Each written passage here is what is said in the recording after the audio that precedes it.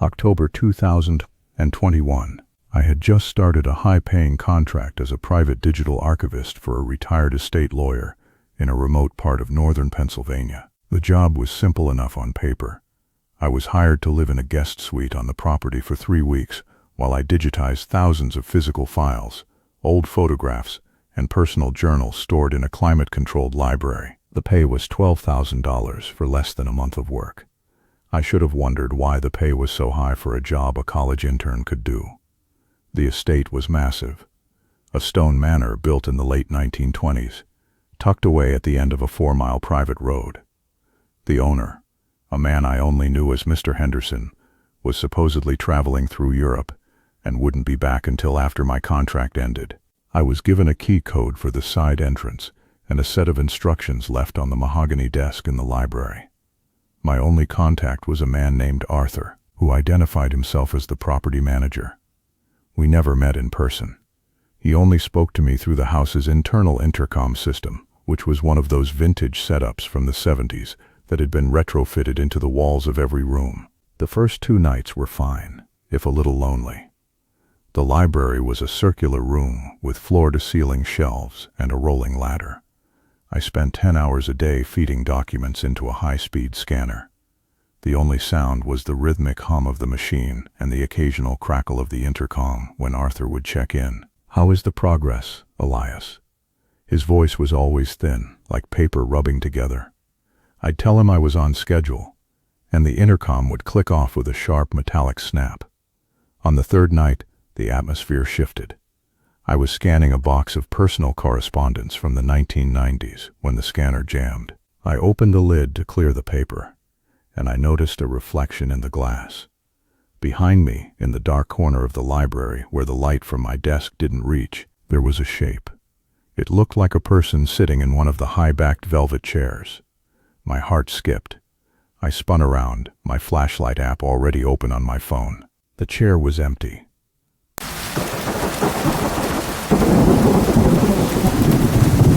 I told myself it was just the late hour, and the shadows playing tricks on my tired eyes. I went back to work, but 10 minutes later, the intercom crackled to life. There was no greeting this time, just the sound of someone breathing. Heavy, wet, labored breathing. I stood up and walked to the wall unit. "Arthur, is that you?" The breathing stopped. A few seconds of static followed, and then a click. I didn't sleep much that night. Every time I closed my eyes, I felt like the room was smaller than it had been during the day. The next morning, I decided to explore the house a bit more. Henderson's instructions said the master wing was off limits, but I needed to feel like I was in a home, not a tomb. I walked down the long gallery toward the west wing. As I passed a set of double doors, I smelled something familiar. It was the scent of sandalwood and Old Spice. It was the exact cologne my father used to wear before he passed away 5 years ago. I pushed the doors open. It wasn't a bedroom. It was a workroom filled with architectural models. But as I looked closer, I realized they weren't models of famous buildings. They were models of every apartment and house I had lived in since college. My studio in Scranton, the townhouse in Philly, even the floor plan was exact, down to the placement of my furniture. I felt a wave of nausea hit me. This wasn't an archive job. This was something else. I ran back to the library to grab my laptop and my car keys. I didn't care about the $12,000.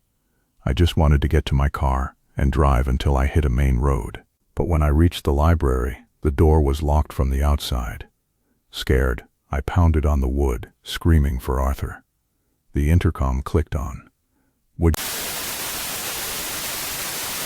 "You weren't supposed to leave the library yet, Elias. We haven't finished the catalog."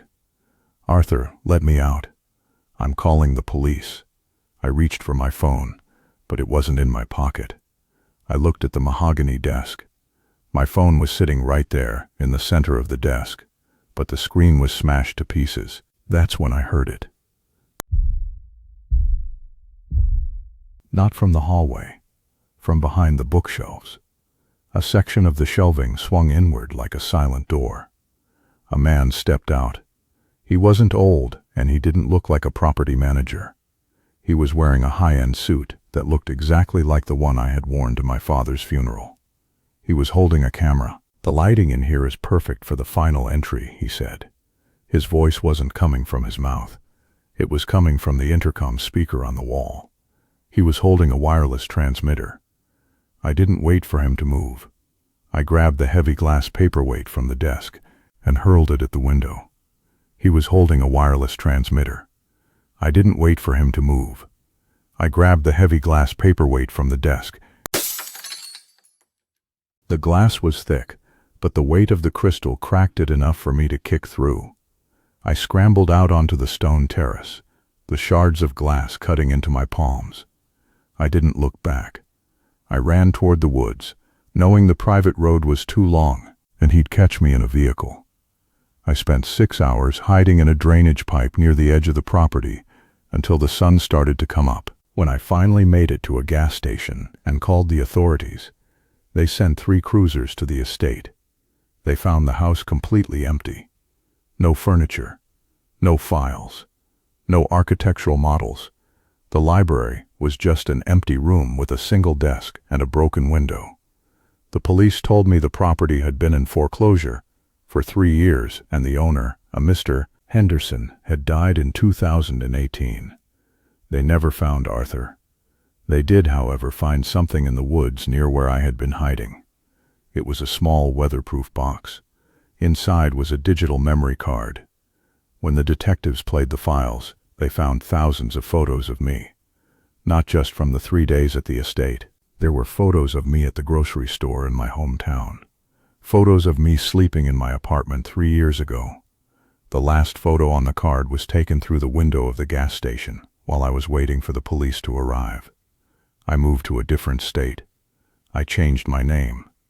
I don't work as an archivist anymore. But every time I enter a room with an old intercom system, or if I smell sandalwood in a crowded place, my skin crawls. About a month ago, I received a package at my new unlisted address. There was no return label. Inside was a single professionally printed catalog. It was titled, "The Elias Collection, Volume 1. I haven't opened it. I don't think I ever will. Some people collect stamps. Some people collect coins. But there are others out there who collect lives. And once you're in their catalog, you never really leave the shelf. See you in the next episode. Don't forget to subscribe.